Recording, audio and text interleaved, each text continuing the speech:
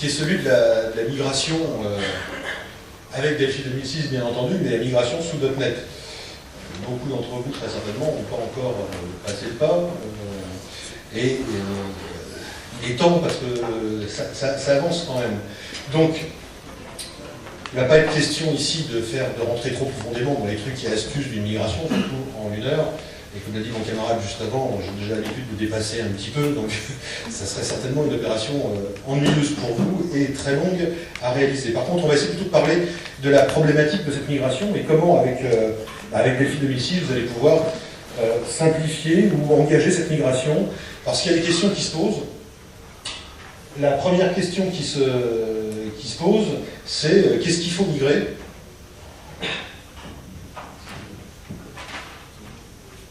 J'ai changé de micro pour être un peu plus mobile. La première chose qui convient de voir, c'est qu'est-ce qu'on migre. Est-ce qu'on migre une migration sous une nouvelle plateforme? C'est 2 aspects bien différents. Le premier, c'est migrer du code, et le second, c'est migrer son savoir-faire. C'était le même problème quand on est passé de DOS à Windows, 16 bits, de Win16 à Win32, et aujourd'hui de Win32 à .NET. On a à la fois les 2 aspects, migrer du code et migrer son savoir-faire. Quand on migre son code, il y a ici, on est dans le cadre d'un code ancien à migrer sous .NET, donc le choix du langage ici est tout de suite fait, ça veut dire qu'on va passer un Delphi.NET pour pouvoir récupérer du code Delphi Win32.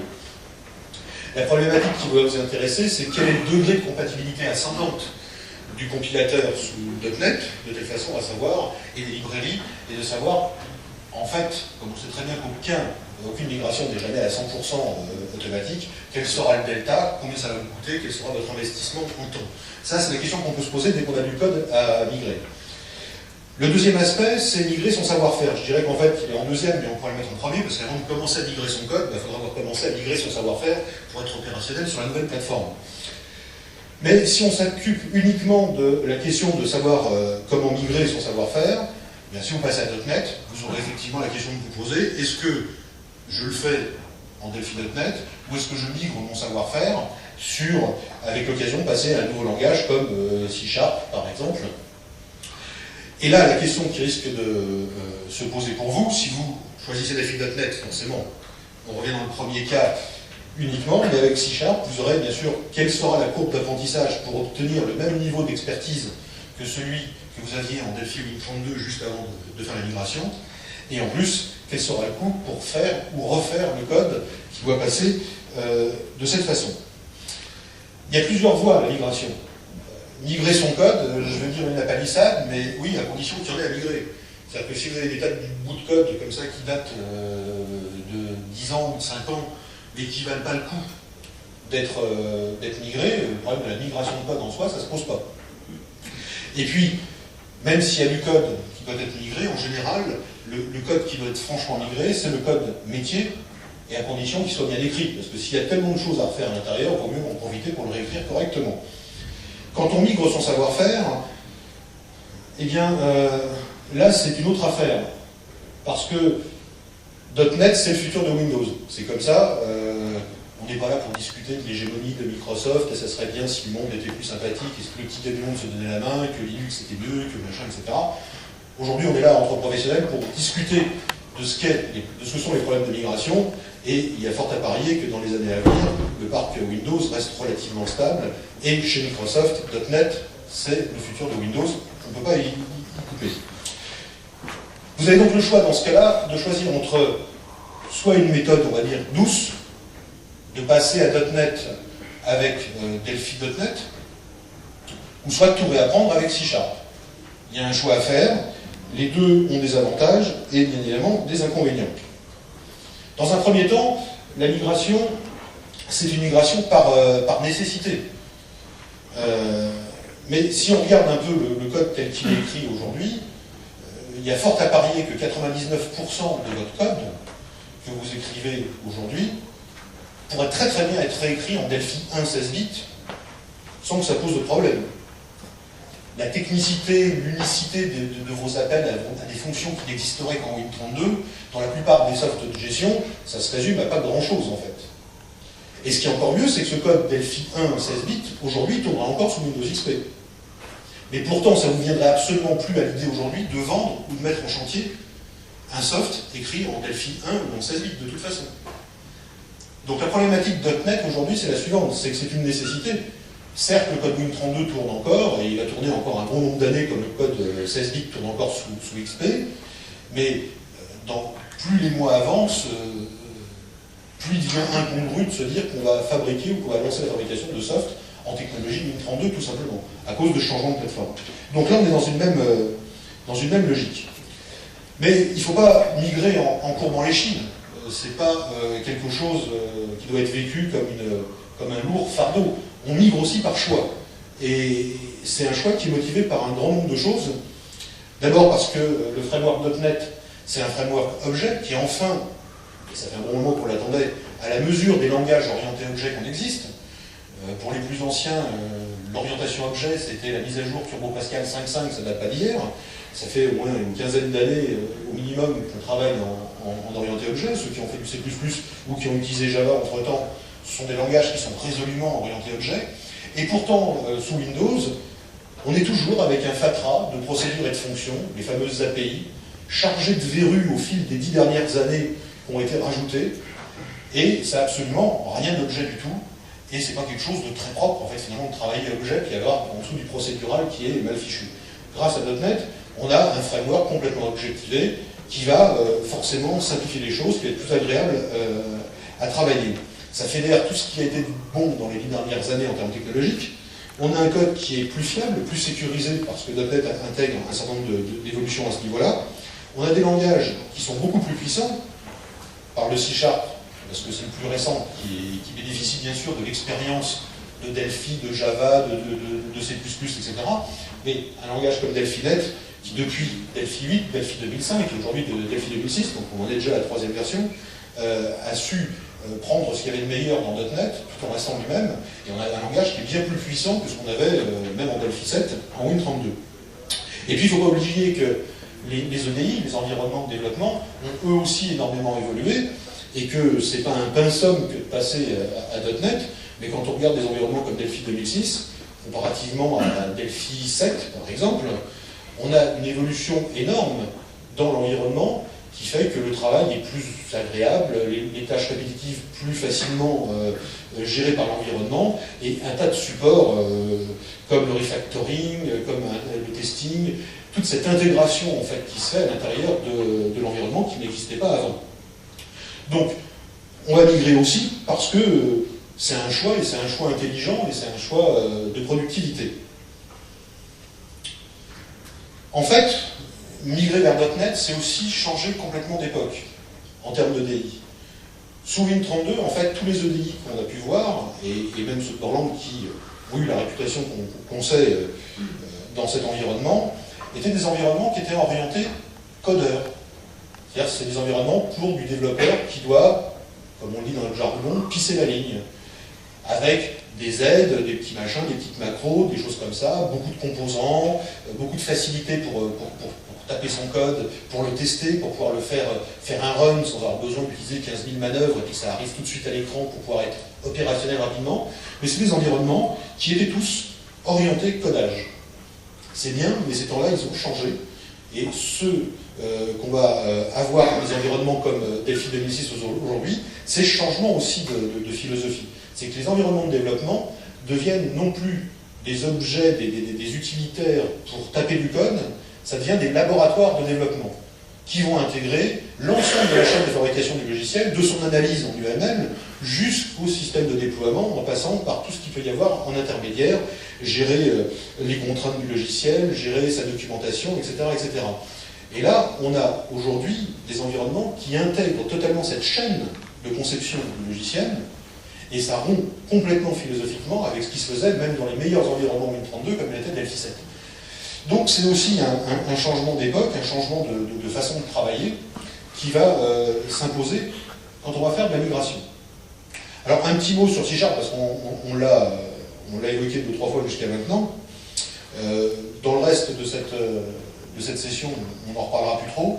Par contre, dans la prochaine session, alors la prochaine, puisqu'il y a une autre session entre deux tout à l'heure, quand on parlera de la réalisation des composants ASP.NET avec Delphi 2006, il y aura des exemples de code dans les deux langages, en Delphi.net et en C# pour ceux que ça intéresse. Ce qu'on peut en dire là, pour clore sur le sujet C#, c'est que c'est un langage qui est puissant, qui est séduisant, que comme tout nouveau langage à apprendre, par contre, il va falloir du temps, si vous vous y mettez, pour obtenir le même niveau d'expertise que celui que vous aviez en Delphi sous Win32. Mais on peut dire que la double compétence à terme, Delphi.net C#, ça semble quelque chose de raisonnable dans le temps pour un développeur. D'abord pour son choix de carrière personnelle, parce que dans le temps, il y aura certainement, on en voit fleurir maintenant de plus en plus d'annonces qui demandent du développement C#, sans passer à des BNet, parce que ça c'est pas vraiment très agréable, surtout quand on vient d'un langage comme Delphi. Mais maintenir sa compétence vers C#, c'est quelque chose de tout à fait décent et raisonnable à mon avis pour l'avenir. La question se pose peut-être moins pour les éditeurs de logiciels ou les équipes informatiques maison dans des entreprises, puisqu'ils font le choix d'un langage, ils peuvent faire ce qu'ils veulent et produire les softs qu'ils veulent. Quand on achète une comptabilité, le client de base, il n'a absolument aucune compétence pour savoir si ça a été fait en C++, en Delphi ou en autre chose. Il y a énormément de softs dans ce genre-là, d'ailleurs, qui sont faits en Delphi, il n'y a aucune raison que ça ne continue pas. Mais par contre, il y a toute une réflexion à mener sur ce choix de ce langage et sur cette double compétence. La seule chose qu'on peut en dire pour maintenant, c'est que c'est une question à laquelle vous ne échapperez pas si vous avez conscience de ce qui se passe et du passage à .NET et de tout ce que ça signifie. Mais en même temps, l'avantage, c'est qu'avec des produits comme Delphi 2006, vous n'aurez pas la question de vous poser est-ce que j'achète tel produit ou tel autre, puisque dans Delphi 2006, vous avez un C# qui est intégré, et c'est celui, en termes de compilateur, c'est le compilateur Microsoft, donc il n'y a absolument pas de problème de compatibilité de code à se poser, ni rien du tout. Donc vous avez les deux, c'est dans la boîte, et ça c'est un avantage certainement très important du packaging de Delphi 2006, c'est de pouvoir offrir aujourd'hui la maintenance de vos applications Win32, l'évolution de votre code Win32 vers du Delphi.net avec la VCF.net, etc., mais en même temps de vous offrir C# pour avoir le temps au moins de regarder, de pouvoir faire votre choix de façon éclairée sans avoir besoin d'acheter un autre environnement, et éventuellement de l'utiliser. Et ça, c'est quand même quelque chose d'intéressant. Alors bien sûr, Delphi 2006 contient aussi C++ Builder en version Win32. Pour ceux que ça intéresse, c'est effectivement un plus non négligeable par rapport à Delphi 2005. Revenons à la migration du code Win32. En fait, on a trois types de code qu'on peut migrer, qui est soit la migration du code métier. Donc en général, ce sont des librairies de fonctions, des classes, des librairies de classes. On a la migration des composants vaisselle qu'on a éventuellement développés, et puis la migration des interfaces utilisateurs.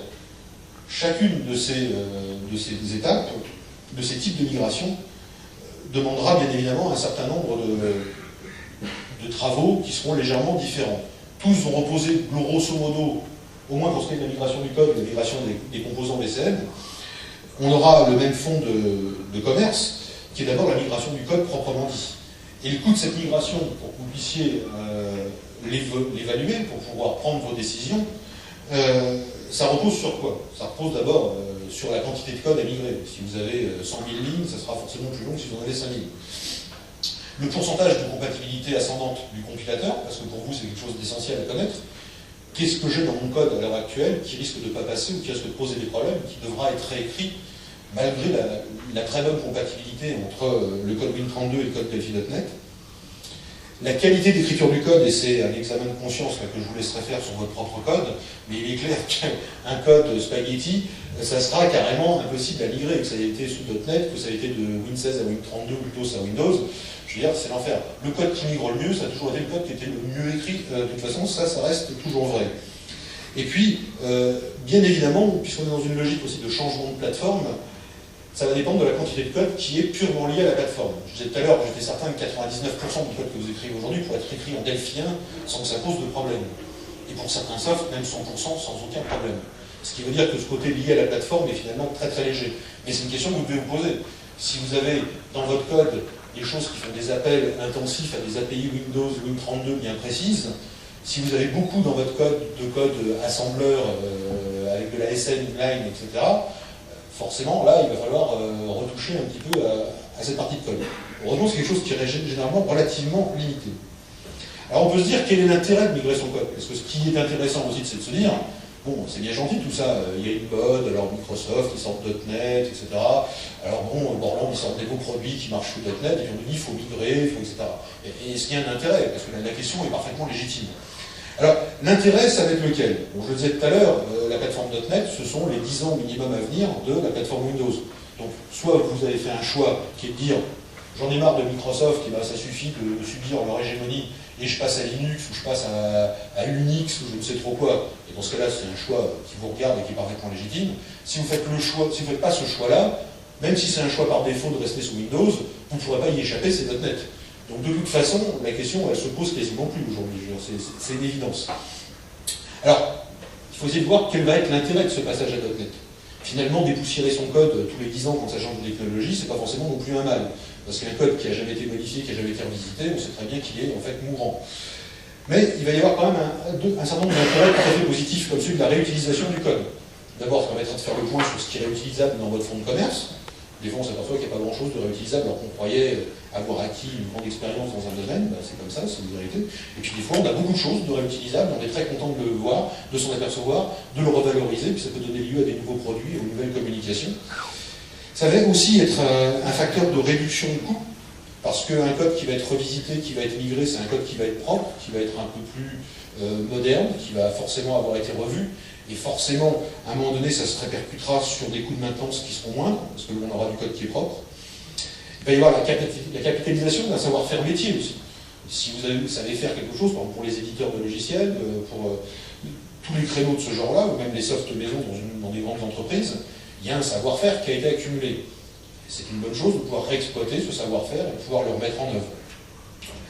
L'intérêt aussi de migrer sur le plateforme .NET pour ce qui est du code existant, ça va être aussi de pouvoir fournir du code .NET exécutable à des développeurs qui n'utilisent pas Delphi.NET.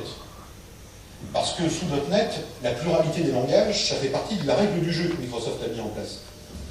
Le Common Language Infrastructure, qui est la base même de la norme du système de .NET, de son environnement de base, etc. Ça, c'est une norme qui est déposée, c'est ISO, ECMA, et c'est ce qui permet d'ailleurs au projet Mono sous Linux d'exister et de proposer de l'environnement .NET sous Linux. C'est qu'il y a une partie, ce qui est assez rare pour Microsoft, donc ça vaut le coup de le dire, toute la partie centrale en fait, de la définition des langages, de la définition de la plateforme, etc., ce sont des normes ouvertes qui sont publiées et qui peuvent être utilisées. Donc, dans cette norme, la pluralité des langages a été directement inscrite. C'est-à-dire qu'en fait, on a un langage pivot, en fait, qui est ce qu'on appelle l'intermediate language, langage intermédiaire, qui est une espèce d'assembleur de la plateforme .NET, en fait, on peut le voir comme ça. Et quand vous compilez sous C#, quand vous compilez sous Delphi.NET, quand vous compilez sous J#, sous PHP.NET, etc., en fait, tous ces langages ne produisent plus du code machine exécutable, mais produisent en fait un code qui est en fait cet assembleur .NET. Et en fait, l'environnement de travail, l'environnement, le runtime de .NET, en fait, se charge d'exécuter systématiquement ce code. Alors bien sûr, il n'exécute pas de façon interprétée, parce que ça c'est un des avantages de .NET, c'est que c'est compilé à la volée, et c'est le code compilé natif pour votre machine cible qui sera en réalité exécuté. Mais c'est l'intérêt d'avoir ce code pivot, et tous les compilateurs .NET en fait compilent dans ce code pivot. Ce qui veut dire que ça simplifie énormément les échanges de code entre plusieurs langages. Windows 32 bits, c'était, et c'est encore pour le temps où ça subsistera, c'est un monde en C pour les développeurs en C. C'est clair. Même des produits qui ont eu toute la gloire qu'on sait, comme Delphi sous Win32, qui sont des compilateurs natifs extrêmement rapides, extrêmement performants, sous Delphi Win32, vous êtes obligé, quand vous voulez utiliser une librairie, certaines fonctions de Windows qui n'ont pas été traduites automatiquement dans la vaisselle, malgré l'énorme travail de Borland à ce niveau-là, vous savez, vous êtes obligé de traduire les fameux headers C, et vous cognez cette traduction. Beaucoup de développeurs Delphi ne sont pas forcément très bons en C ou en C++, donc ça leur pose autant de problèmes à faire. Alors il y a des projets très sympathiques comme Jedi, etc., où des tas de bénévoles dans le monde se mettent à traduire tout ce qui n'a pas été traduit, etc., mais il faut reposer sur le travail des autres, il a été bien fait, mal fait. Il peut y avoir des erreurs dans vos softs uniquement pour la seule raison que le leader a été mal compris ou mal traduit. Parce que même sous Win32, en fait, en dehors de travailler en C, je veux dire qu'on n'est pas natif en fait complètement. Sous .NET, tout ça, ça a changé. Le fait même que la base, ça soit un langage pivot intermédiaire, le fait qu'il y ait un système de type, pour tout ce qui est type de données de base, qui est le CTS, qui fasse partie de la norme, etc., fait qu'un double, un champ double ou un champ integer en Delphi.net, il est parfaitement compatible avec un champ double ou un champ integer sous C#, et que le code qui va être écrit, qui va être compilé, sera parfaitement interchangeable. Aujourd'hui, sous .NET, quand vous voyez sur Internet, vous allez surfer et vous trouvez du code, par exemple des librairies, des DLL quelconques pour des nouveaux composants, ou des petits bouts de code, etc., qui sont écrits peut-être en VB, .NET, ou qui sont écrits en C#, vous les prenez, vous les utilisez sous Delphi.NET, il n'y a pas de traduction de header, il n'y a rien à faire, c'est complètement automatique, c'est complètement natif.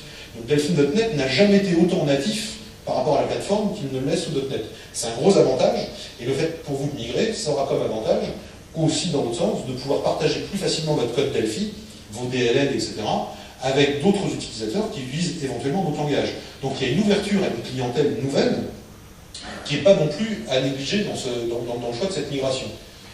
Grâce à .NET, sous Delphi.NET, on n'est plus limité au clan des Delphiens fidèles, mais on peut écrire du code qui est partageable avec des gens qui ont choisi de travailler en manage C++, en C# ou autre chose.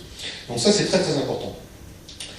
C'est un aspect certainement essentiel dans le mécanisme de migration qui, en tout cas, le positive énormément. Autre aspect du code que vous pouvez avoir à migrer, c'est la migration des composants VCL. Là encore, dans Delphi 2006, Borland a fait un énorme travail, mais enfin, il faut savoir que si vous n'êtes pas encore passé à .NET et à Delphi sous .NET, il faut avoir conscience quand même que Delphi 2006, c'est déjà la 3e version, ça fait déjà 3 ans, et que Borland vous propose de vous y mettre, etc. Donc, entre-temps, même si vous n'y êtes pas allé, Borland, eux, ça fait 3 ans qu'ils travaillent et qu'ils proposent des améliorations. Donc, il y a eu Delphi 8 pour .NET, il y a eu Delphi 2005, et aujourd'hui, on est à Delphi 2006.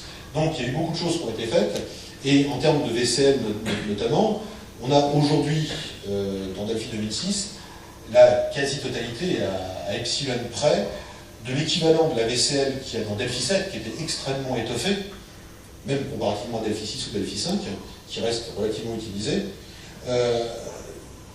Dans Delphi.NET, dans Delphi 2006, vous avez une VCL.NET qui est portée en totalité.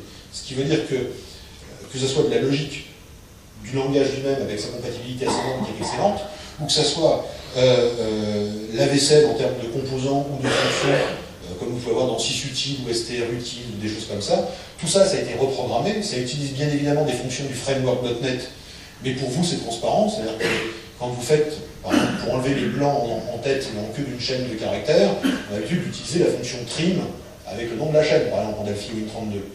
Cette fonction-là, elle existe toujours, en fait, dans la VCL qui a été traduite. En réalité, ce n'est pas la fonction trim qui est codée comme elle l'était en Win32, mais les chaînes de caractères, comme ce sont des objets sous .NET, et ça l'est aussi sous Delphi.NET, puisqu'il est parfaitement compliant avec la plateforme, en fait, c'est votre chaîne .trim, puisque trim devient une méthode de l'objet chaîne, en fait, qui est appelée. Mais si vous avez du code Delphi qui appelle la fonction trim de strutile, vous n'aurez pas besoin de changer ce code dans un premier temps, ça va être complètement porté. Mais en réalité, ça appellera bien du code natif .NET. Donc il y a un énorme avantage, bien sûr, à cette migration quand on a des composants VCL, parce que toute la logique au niveau langage a été portée, mais en même temps, toute la VCL sur laquelle s'appuie en fait le code, il n'y a pas de code qui est pur avec que des instructions du langage. On utilise toujours des appels aux librairies qu'on utilise. Et sous Delphi, la librairie c'est la VCL, et il y a beaucoup d'appels à des fonctions comme trim, qui est un exemple trivial, mais il y en a plein d'autres comme ça qu'on utilise. Eh bien, il faut savoir que tout ça, ça a été porté complètement. Donc déjà, quand on veut porter des composants VCL qu'on avait sous Win32, cette opération va être relativement simple et relativement facile à faire, tout simplement parce que toute l'infrastructure a suivi. Alors l'intérêt de migrer des composants VCL, c'est les mêmes que les bibliothèques de classe, tout simplement, ça va être réutilisé, réutilisation du code, réutilisation du savoir-faire, capitalisation d'un savoir-faire métier, etc. Et puis toujours partager son code et ses composants. Alors ici, on sera un peu plus limité comme type de cible d'utilisateur, puisque les composants VCL.NET, la VCL.NET, elle est utilisable avec Delphi.NET. Elle n'est pas utilisable avec C#, par exemple. Delphi.NET est un langage qui offre le choix entre deux librairies, en fait.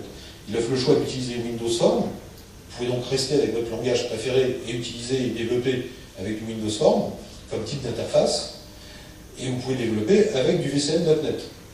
Bien évidemment, ce choix, il n'existe pas sur C# parce que Microsoft n'en avait rien à faire d'offrir la portabilité vers la VCL.NET de son designer visuel. Parce qu'en fait, ce qui fait vraiment la différence entre les deux, c'est simplement c'est le concepteur visuel qui permet d'aller chercher un composant, de le poser, et puis d'avoir la boîte avec l'inspecteur d'objets, etc.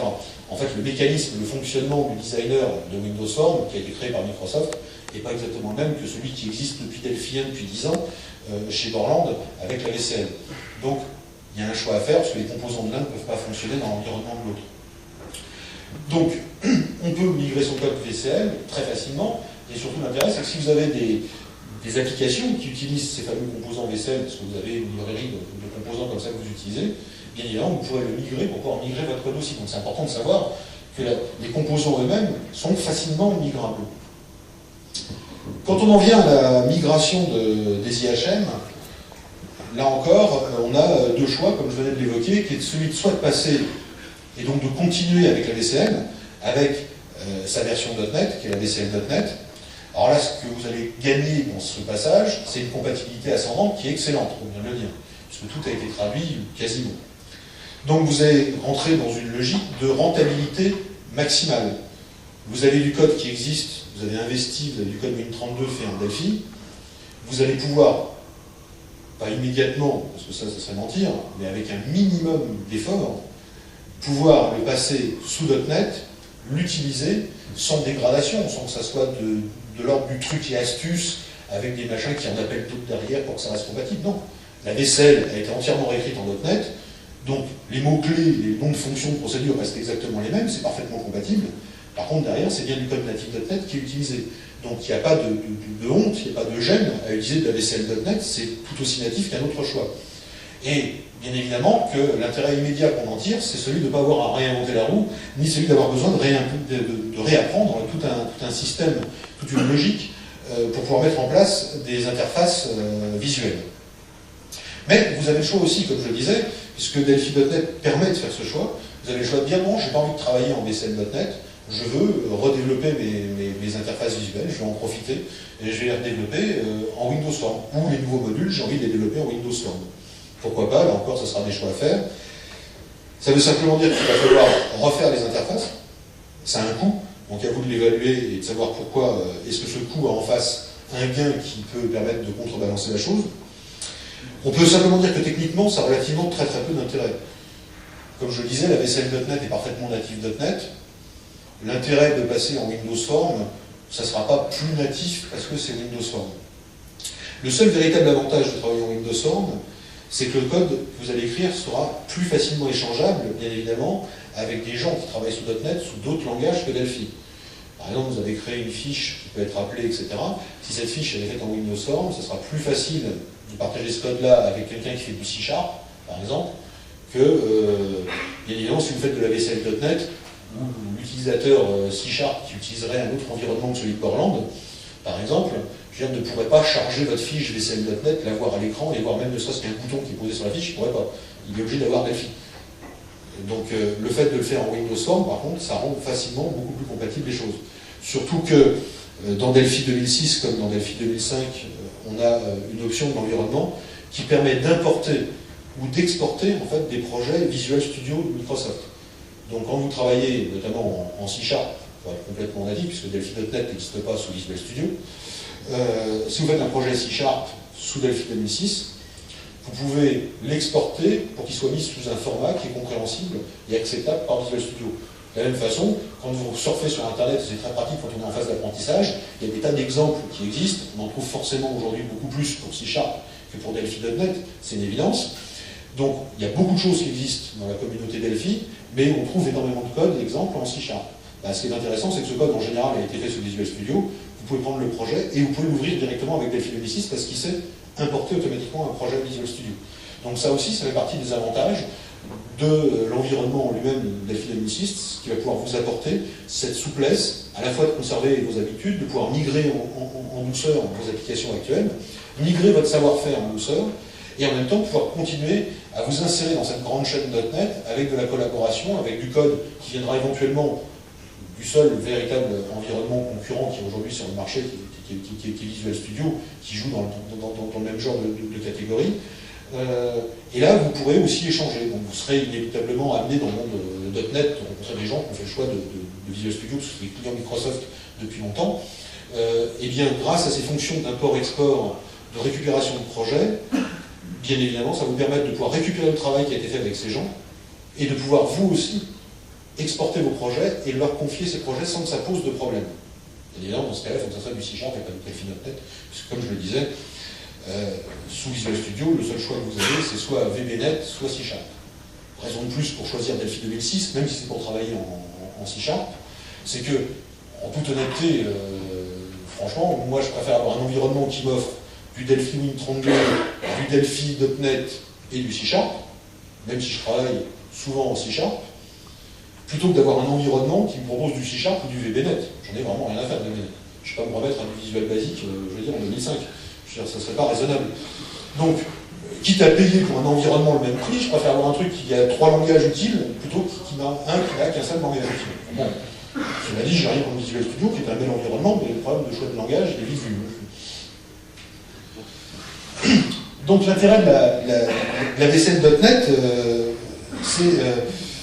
on entend souvent la question, c'est oui, mais est-ce qu'il ne faut pas mieux tout refaire en Windows Form?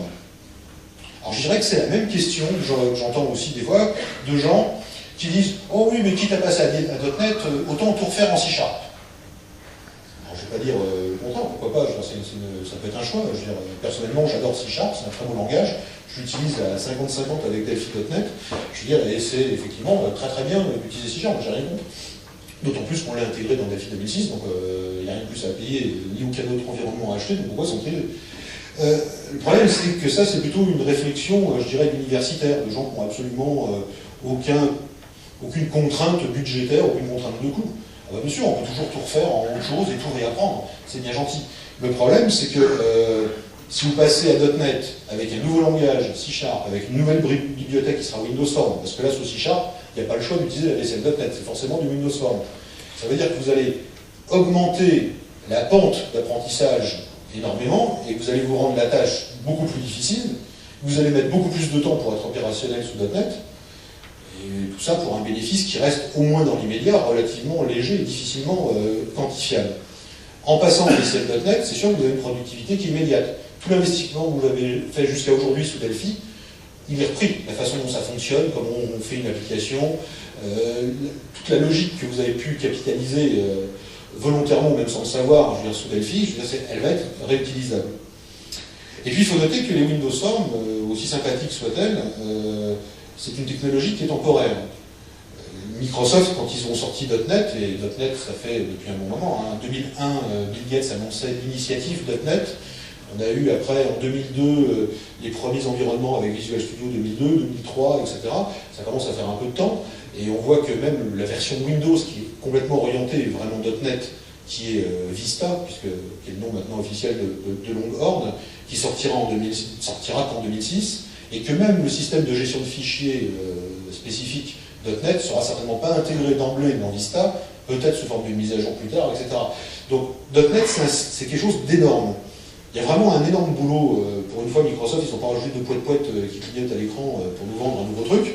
Je dis, bon, ça, malheureusement, on a l'habitude avec des trucs comme Windows Millennium, des machins, des trucs de ce genre-là. Donc là, ça fait rire d'ailleurs. Bon, bah. Il est vrai que c'est un peu comme le petit berger qui crie au loup. C'est-à-dire que là, c'est un peu la même chose. À force de faire des coups comme ça, il y a eu beaucoup de scepticisme à la sortie de .NET, parce que ouais, c'est encore un peu la Microsoft, ils nous ont impacté 2-3 trucs, et puis ils essayent de nous rendre quelque chose.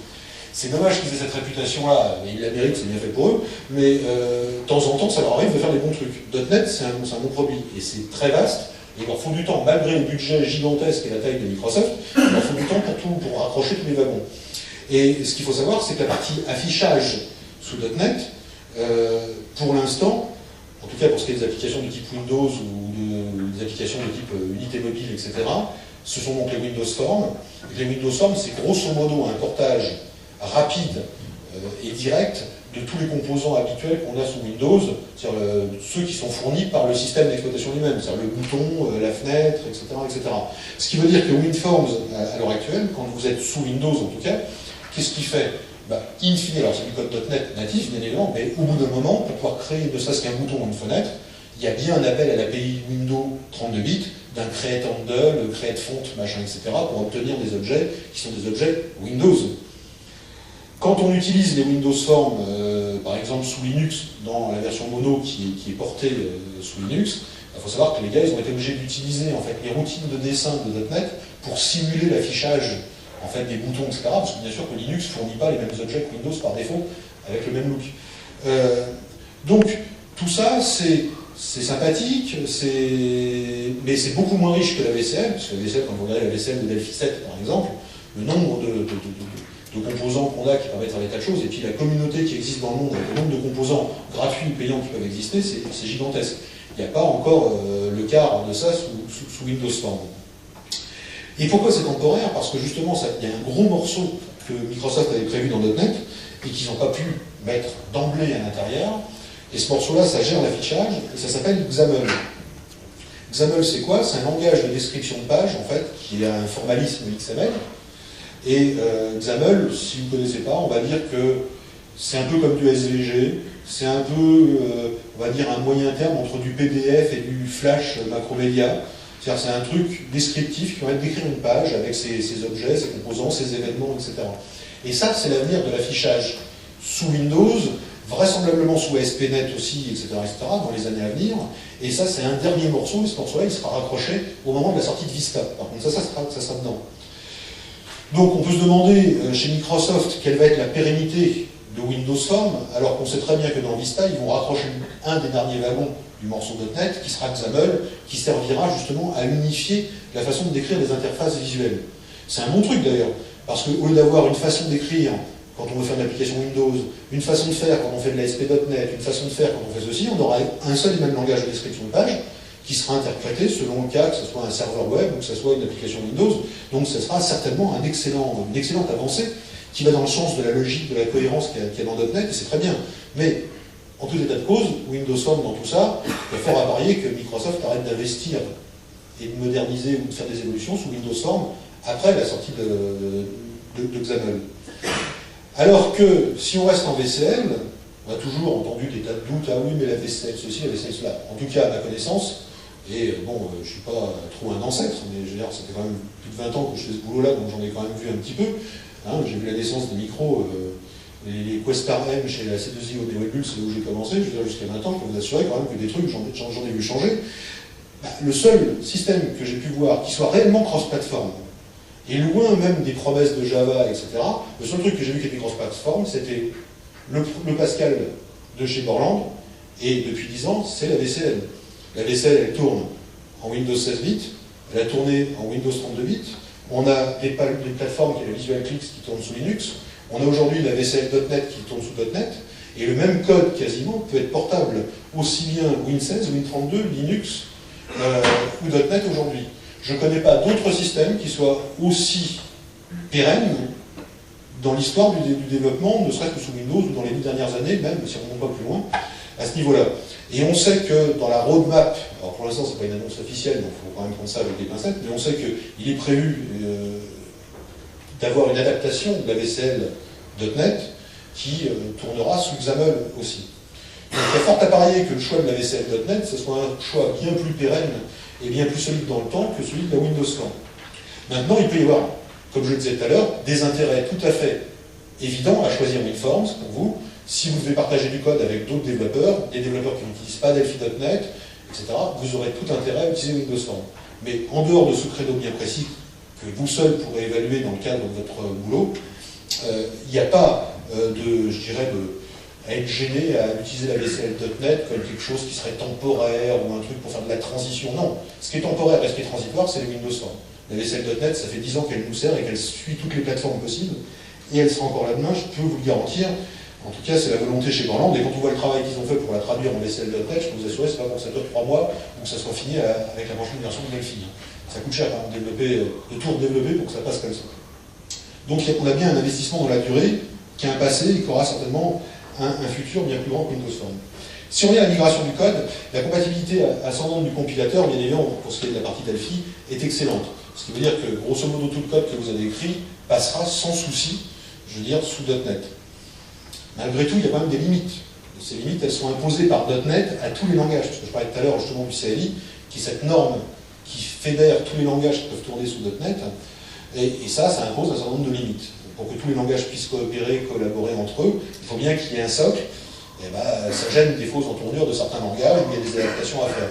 Alors, Borland a fait un super boulot dans la transformation de Delphi en Delphi.NET en termes de compilateur. Il y a forcément 2-3 petites choses qu'il faudra revoir si vous avez du code qui se trouve dans ces limites-là. De même, comme à chaque fois qu'on change de plateforme, il y a toujours des petites améliorations à faire ou des petits ajustements qui peuvent être faits. Alors, on ne va pas rentrer, comme je disais en introduction, dans le détail complet de ce que peut être une migration techniquement, etc., parce que ça serait lourd. Mais dans cette session où en fait on s'interroge sur pourquoi migrer, comment migrer et qu'est-ce que Delphi 2006 peut m'apporter dans cette migration, il y a aussi une question, si vous avez du code Delphi à migrer, forcément, bon, en quelques mots, on peut dire qu'est-ce qu'il va y avoir qui va vous poser souci, ce qui fait que quand vous rentrerez chez vous tout à l'heure, vous pourrez continuer à penser en disant, voilà, ça je sais qu'il va falloir que je le réécrive, que je ne le réécrive pas, etc. Donc c'est intéressant d'avoir au moins quelques éléments de réponse. Tout ce qui ne changera pas, ça va être tout ce qui va être gestion de chaîne, de tableau, les records, même si les records sous Delphi.NET c'est quelque chose d'un peu plus évolué, ça ressemble en fait beaucoup plus à une classe, avec des méthodes, avec des choses comme ça. Tout ce qui est déclaration de classe et d'interface, il faut savoir que ça ne bouge pas, parce que le principe même des interfaces est repris même dans C#, etc. Et tout ça sous .NET, ça ne change pas. La notion de propriété et d'événement, même C#, bon, qui a été fait bien évidemment par, tout le monde le sait, hein, par Edgeberg, qui est celui qui a travaillé pendant plus de 16 ans chez Borland, qui a fait Turbo C++ chez Borland, qui a fait Delphi, je veux dire, et puis qui avait été débauché à l'époque par Microsoft pour faire le fameux J++, celui qui a causé les déboires à Microsoft sur le marché Java, je veux dire, et c'est après qu'il est devenu Chief Designer de C#. Donc c'est le même bonhomme qui a fait le compilateur. C'est pour ça aussi que les utilisateurs Delphi, même si on a une syntaxe dans C# qui ressemble un peu plus à du C++, et certainement à dessein, pour pas que, déjà que c'était même Gugus qui avait été débauché, en plus il savait begin, end, machin, on va lui mettre des accolades mouvantes et fermantes, ça faisait plus, on n'a pas trop copié. Mais enfin, quand on connaît bien Delphi, on sait dans C# tout l'apport du Gugus qui est derrière, et notamment les notions de propriété ou d'événement, qui sont des avancées des créations de Delphi, en ce sens-là depuis un bon moment, c'est des choses qu'on retrouve aussi dans C# et qu'on trouve supportées par la plateforme .NET. Donc l'utilisateur Delphi est relativement peu perturbé dans son passage sous .NET. La notion d'ensemble qui n'existe pas dans la plateforme .NET mais qui existe dans le compilateur Delphi.NET, donc votre code peut être portable, tout ce qui est fichier texte, tout ça, ça ne bouge pas. Les composants, je dis pur VCL, c'est-à-dire que si on fait abstraction d'appel à l'API Win32 qui peut demander d'être, etc. La gestion des flux, tout ce qui est string, etc., ça va marcher pareil. Et les procédures et fonctions utilitaires de la VCL, je parlais de trim comme un exemple tout à l'heure, mais il y en avait plein d'autres, toutes celles-là, elles sont passées. Donc ce code-là, c'est un code qui passera sans aucun problème. Le code qui risque de pas passer, c'est le code qui est jugé sous .NET comme unsafe, non sécurisé. En fait, pourquoi? Parce que sous .NET, un code, sous Win32, quand vous lancez un programme, en fait, qu'est-ce qui se passe? C'est que l'OS cherche le nom de fichier que vous venez de taper, il crée un bloc en mémoire qui permet de s'exécuter, il le charge, et puis il transfère le point d'entrée là où c'est indiqué dans son en-tête de l'exé, et puis après c'est fini, votre programme tourne, et puis il peut faire n'importe quoi d'ailleurs. Alors il y a eu des évolutions dans Windows avec la séparation de process, etc., pour pas qu'un programme puisse aller mettre trop de problèmes dans la mémoire des autres. Enfin, c'est quand même celui qui tourne, il fait ce qu'il veut. La différence qu'il y a sous .NET, c'est qu'il y a un logiciel, quand il tourne sous .NET, c'est pour ça qu'on parle de logiciel managé, en faisant un anglicisme, donc c'est managed en anglais, on dirait géré en français. Pourquoi on appelle ça? Parce que le CLR, qui est l'environnement qui contrôle l'exécution d'un programme, contrôle ce programme durant toute sa durée de vie, même pendant qu'il s'exécute. Il y a tout un tas de contrôles qui sont faits sur les types, sur la sécurité. Il y a le fameux garbage collector, celui qui libère la mémoire automatiquement, par exemple. Tout ça, ça continue de fonctionner. Donc le code qui est pur .NET est un code dit, donc géré, managed, parce que justement il est en permanence sous contrôle du CLR pendant toute son exécution. Bien évidemment qu'il y a des morceaux de code qui peuvent ne pas être gérés par le CLR. Ces morceaux de code Win32 qui ne le sont pas sont jugés donc unsafe. Et le meilleur moyen de le savoir, pour savoir dans votre code qu'est-ce qui sera unsafe et qu'est-ce qui ne le sera pas, c'est tout simplement, par exemple dans Delphi 7, on avait déjà un preview .NET qui était livré au niveau du compilateur à l'époque. Il y avait même dans le compilateur Win32 un certain nombre de choses qui avaient été rajoutées pour vous aider à préparer le passage à .NET. Alors c'est des choses que vous n'aurez pas effectivement si vous avez un Delphi 6 ou un Delphi 5, mais avec un Delphi 7, ou la partie bien sûr Delphi Win32 qui est livrée avec Delphi 2006, d'où l'intérêt de la chose, c'est que vous avez par exemple, là il y en a ici les trois principaux, des avertissements que vous pouvez mettre, et vous recompilez votre code, en fait, vous faites un build de votre code Win32 avec ces avertissements mis en route, et vous allez avoir un rapport qui va être fait par le compilateur de tous les endroits de votre code qui seront jugés unsafe. Alors il faut savoir que pour beaucoup, dans la réalité, à part les gens qui ont fait volontairement beaucoup d'appels à Win32, beaucoup d'utilisation de pointeurs ou des choses comme ça, ce qui est rarement le cas en Delphi, parce que ce n'est pas la stylistique Delphi en général, mais vous risquez d'avoir des warnings, par exemple, sur des appels à la VCL. Parce que la VCL Win32, elle n'est pas safe. C'est la VCL.NET qui est safe, qui a été réécrite. Donc si vous voyez des avertissements qui interviennent dans votre code et qui sont des appels à des fonctions de la VCL, ça vous pouvez oublier. Parce que vous savez que ça sera réglé automatiquement dans le passage vers la VCL.NET, puisque c'est Borland qui s'est antiquiné à réécrire les choses correctement. Et donc tout ce qui restera comme warning, en dehors de ceux qui touchent à la VCL directement, ça vous donnera une idée de tous les endroits de code dans votre code qui vous permettra de voir, de juger à peu près de la quantité de choses à changer et aux endroits où ça change. Tout ce qui est unsafe, pour vous faire une idée un peu plus précise, c'est quoi? C'est tout ce qui est pchar, pychar, patchar. Tout ça c'est unsafe, parce qu'en fait c'est des pointeurs. Et que c'est quelque chose qui fonctionne beaucoup moins bien. Mais, j'en reviens à ce que je disais à l'instant, si dans votre code, vous allez avoir des warnings parce que vous utilisez un pchar, parce que quelque part vous appelez une fonction VCL ou autre chose, ou Windows, qui nécessitait le passage d'un pchar, ça ne veut pas dire que tout votre code il est acheté. Parce que sous VCL.NET, vous aurez un équivalent qui lui n'utilise plus un pchar. Donc il suffira de remplacer ce pchar par un simple string, et puis votre code il sera corrigé ipso facto. Donc ce n'est pas forcément des modifications extrêmement lourdes. Parce qu'en fait, sous .NET, il n'y a plus que des strings, et des strings Unicode. Comme ça, il n'y a plus de liquidité avec les whitechar, les machins, les trucs Unicode. Toutes les chaînes sont Unicode, et il n'y a qu'un seul type de chaîne, comme ça on ne risque pas de se mélanger les pinceaux. Tout ce qui est opération sur des pointeurs non typés, ça par contre, ça sera considéré comme unsafe. Alors il faut savoir que du code unsafe, vous avez le droit d'en avoir dans votre application en .NET. Il suffit de marquer votre morceau de code comme étant unsafe, avec des flags particuliers, et ça va compiler, ça va s'exécuter sur votre machine, en local. Le jour où vous passez ce code-là sur une machine qui est en réseau ou n'importe quoi, c'est justement le fameux truc du code qui est managed, c'est que justement à l'exécution, le CLR va s'apercevoir que votre code contient des morceaux qui sont unsafe, donc qui pourraient être des points de faille de sécurité, etc. Et là, il interdira l'exécution de votre code dans un environnement partagé. À une seule et unique question, c'est que l'administrateur de la machine sur laquelle il s'assoit dise dans un fichier de config, qui est machine.config ou d'autres fichiers de configuration .NET, qui disent explicitement cette application-là, bien qu'elle soit unsafe, je lui donne les full trust, des choses comme ça, pour qu'elle puisse s'exécuter. Donc il y a toute une sécurisation automatique du code qui existe sous .NET. On peut avoir du code unsafe dans une application, mais il faut savoir qu'elle pose des problèmes de paramétrage et de droit dès lors qu'on ne l'utilise plus sur du local. Tout ce qui est paramètres out et var qui n'était pas typé, ça bien évidemment ça vient du pointeur non typé, donc ça ne marche pas. Les files off machin chose, ça n'existe plus non plus. Bon, le vieux type RIL48 du Turbo Pascal, ça on suppose que vous l'utilisez plus depuis très très longtemps. Et ce qui peut être un peu plus gênant des fois, c'est les records avec partie variable, parce que ça n'existe plus non plus.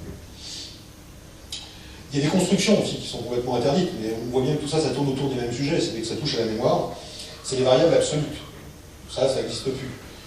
Tout ce qui indique une adresse précise en mémoire, donc les opérateurs de type ADDR, PTR, ILO, etc. Les fonctions de block read et block write, puisque en fait block read et block write prennent en paramètre un buffer qui soit lu, soit écrit, donc c'est en fait un pointeur vers un niveau de mémoire. Fail à l'intérieur des constructeurs, c'est autorisé. Et puis tout ce qui est directement getMem, freemem, realopmem, tout ça, ça n'existe plus. On a bien évidemment toujours dans le même goût ce qui est filchar, move, qui doivent être remplacés en fait par des boucles, tout simplement, parce que là encore, ça manipule directement de la mémoire. L'ancien type object de Turbo Pascal, qui était resté, sans être documenté, à l'intérieur du compilateur depuis de très longues années. Alors il y a des types rusés qui utilisaient encore le type object, ça permet d'avoir des objets statiques, qui n'ont pas besoin d'être créés dynamiquement, donc c'était amusant, etc. Bon, il faut oublier ça, parce que là ça a carrément été supprimé du compilateur, donc vous n'aurez plus la possibilité de vous en servir.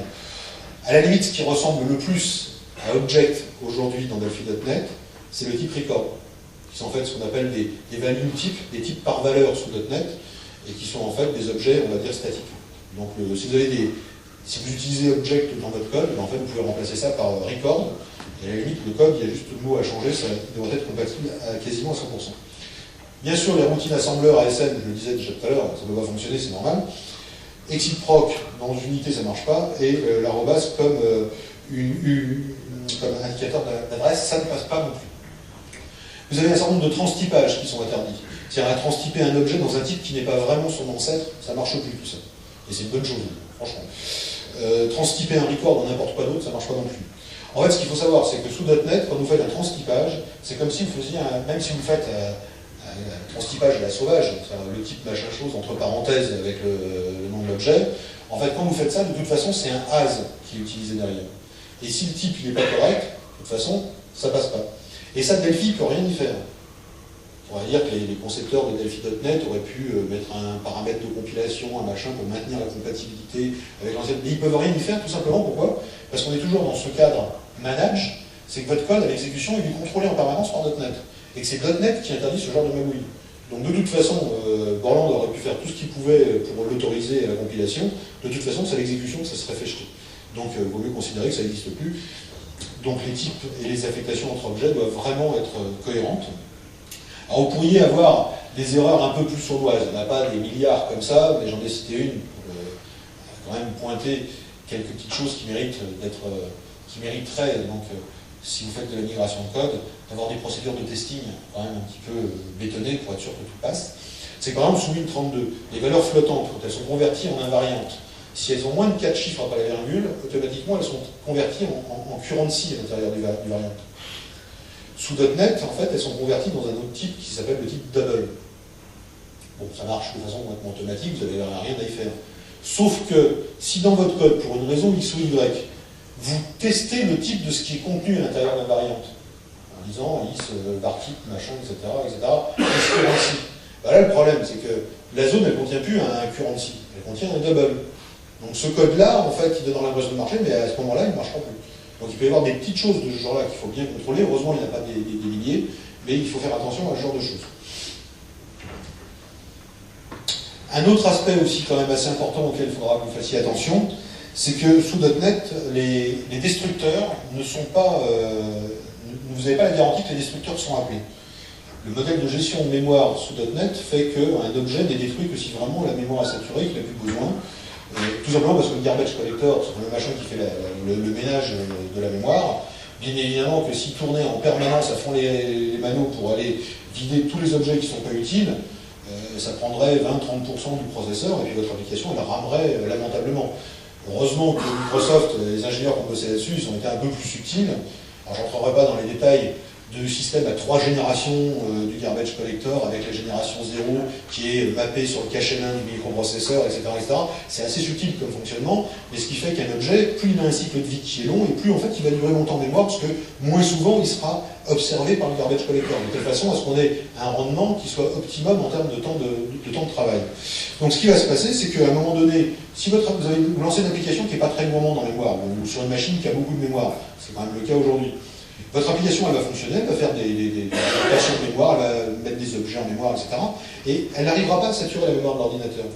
Donc ce qui va se passer, c'est que le garbage collector, il y a toutes les chances qu'il soit même jamais appelé. Puis l'utilisateur, il met fin à l'application. Il est bien évident que, bon, à partir du moment où l'utilisateur met fin à l'application, on ne va pas non plus la perdre du temps à rebalayer tous les objets pour appeler leur destructeur. C'est à la Windows, c'est-à-dire qu'en fait, on prend le bloc mémoire qui est à de l'application, zap, hop, on libère tout d'un bloc, et on ne s'amuse pas à balayer tout l'intérieur. Ce qui veut dire que ces objets qui sont encore en mémoire, au moment où l'application se termine, ben leur destructeur ne sera jamais appelé, ils sont plus directement sucrés de la mémoire. Donc, si vous faites, les destructeurs en général sont là, le code qu'on mettait dans les destructeurs, dans la programmation, le modèle de programmation objet Win32, c'était principalement pour libérer de la mémoire. Donc effectivement, vous n'avez pas à vous en soucier, parce que la mémoire est libérée proprement, automatiquement par .NET. Mais c'est si vous faites des relâchements de ressources autres que de la mémoire, par exemple, un accès à une base de données, fermer une connexion à une base de données. C'est quelque chose qu'on faisait par exemple assez facilement sur un on-destroy de la forme principale. Bien souvent. Hein, dans le on-create, on fait connection open, et puis dans le on-destroy, connection close. Et entre les deux, on code son truc. Ben là, ce qu'il faut savoir, c'est que le on-destroy de la forme, qui est donc appelé, en fait, un événement déclenché par le destructeur de l'objet forme, comme le destructeur risque de jamais être appelé, ben, l'événement on-destroy, lui aussi, il risque de jamais être appelé. Ce qui veut dire que si vous relâchez des ressources autres que de la mémoire dans Search and Destroy, ça ne marchera pas. Il faudra, au moment où l'utilisateur clique sur fichier, sortir ou quitter de votre application, c'est là qu'il faudra coder les désallocations et pas attendre que ça se fasse dans le destroy, par exemple. Idem pour tous vos objets. Donc si vous avez ce type de code, c'est ça qui peut être amené à être revu, corrigé et refait autrement. On ne rentrera pas dans le détail des grandes équivalences, mais le système des exceptions, d'ailleurs on voit quand même le niveau de parenté, parce qu'il n'y a pas qu'Heidelberg qui avait été débauché par Microsoft, ils ont été une cinquantaine, il y a eu un procès entre les deux sociétés, qui aujourd'hui, la H2R est enterrée, mais enfin on voit quand même les traces. Je veux dire, les exceptions, en fait, le type exception en Delphi, en fait, dans .NET, par exemple, c'est system.exception, le nom de la classe. Et ça marche pareil, c'est la classe mère exception, avec on peut la spécialiser pour créer des exceptions. On a le try finally, le try catch, le try except, je veux dire en C#, mais le try finally, c'est pareil, c'est pareil. Donc on a tout un tas de fonctionnements qui marchent quand même exactement de la même façon sur la plateforme .NET. Donc ces grandes structures qui seraient effectivement très lourdes à changer si vraiment ça n'existait pas, ça coûterait très très cher en termes de migration. Donc on change complètement de monde, on change de plateforme, on peut changer éventuellement quasiment de langage, que même Delphi.NET, quand il y a énormément de choses très puissantes qui ne sont pas dans Delphi 32. Et ce qu'il faut savoir, c'est que tout ça, ça serait vraiment très pénible s'il n'y avait pas tout ce support et toute cette équivalence. Et il se trouve en plus que la plateforme .NET elle-même, elle a justement une grande parenté, même si certains s'en défendent chez Microsoft, mais elle a une très très grande parenté avec la VCL.NET, avec la VCL tout court, et le C# même avec Delphi. Donc grâce à ça, vous avez quand même des équivalences qui sont assez importantes. Un petit mot sur le type chaîne, parce que c'est très important pour vous pour évaluer le coût de vos migrations ou la quantité de code à modifier dans vos applications. C'est que le type string, comme je l'ai dit tout à l'heure sous .NET, c'est un type qui est unique, qui est Unicode. Il n'y a pas besoin de s'en soucier, c'est géré automatiquement, donc ça c'est très très pratique. Pour ce qui est des localisations, etc., on n'a plus à s'enquiquiner. Mais ce qu'il faut savoir, c'est que c'est un type un peu spécial, c'est un type qui est immuable. C'est-à-dire qu'en fait, quand vous avez une chaîne de caractères qui contient quelque chose, en fait, elle ne peut pas être modifiée. Alors bien sûr, vous pouvez la modifier. Vous pouvez faire la chaîne machin égale Toto, puis la ligne d'après, la chaîne machin égale Titi. Bien sûr que c'est autorisé. Mais en réalité, l'OS tel qu'il le gère, alors la plateforme de tête telle qu'elle le gère, c'est quand vous réaffectez un truc à la chaîne de caractères, c'est toute la chaîne précédente avec son contenu qui est fichu à la poubelle et qui est libérée, en fait, jusqu'à temps que le garbage collector vienne la libérer de la mémoire. Et qu'on a vu tout à l'heure que des fois, ça pouvait ne jamais se produire. Ce qui veut dire que si vous avez une boucle du genre for i égale 1 tout 100, s égale s plus tiret, par exemple, simplement pour vous créer une ligne de 100 tirets.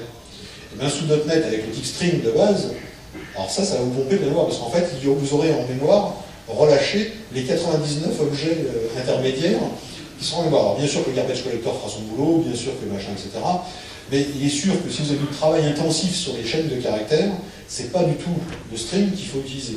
Il y a une classe spéciale dans .NET qui s'appelle String Builder, qui est un objet chaîne de caractères spécifique qui, lui, peut être modifié à volonté sans que ce soit trop consommateur de ressources en mémoire, et qui peut être transformé en type string à la fin de l'opération, et ça sans surcoût. Et c'est donc ce type String Builder qu'il faut utiliser. Donc c'est à savoir, si vous avez s égale s plus virgule, machin chose, juste un endroit dans votre code, ça ne sert à rien de vous enquiquiner à créer un objet String Builder, ça va vous coûter plus cher que le travail qui est fait sur le type string. Par contre, si vous avez des travaux intensifs, des morceaux de code qui travaillent intensivement sur le type string, il faudra savoir que ça c'est le genre de choses qu'il faudra revoir en utilisant notamment la classe String Builder. Des équivalences de type, on passera rapidement là-dessus. Qu'est-ce qu'il faut qu'est-ce qu'on fait du code qui passe pas? Le code qui passe pas, en fait, vous avez deux choses. Soit il passe pas parce qu'en fait, il est trop compliqué à traduire en .NET parce qu'il y a trop d'appels aux API, 832, que c'est l'enfer, etc. Ou que de toute façon, c'est possible à faire, parce que tout est toujours possible, c'est une question de dollars dans l'existence. Hein, bon.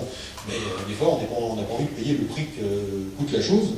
Alors, qu'est-ce qu'on peut faire éventuellement? Sachez, bon, c'est une ruse grossière, mais ça peut fonctionner de façon temporaire, le temps d'y voir plus clair.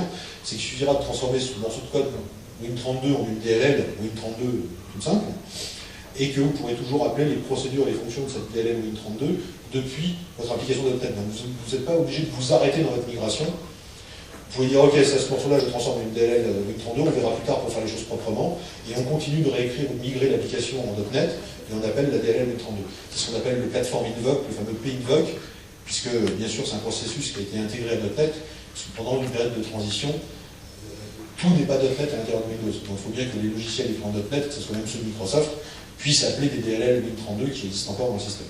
Donc on peut utiliser parfaitement cette chose-là.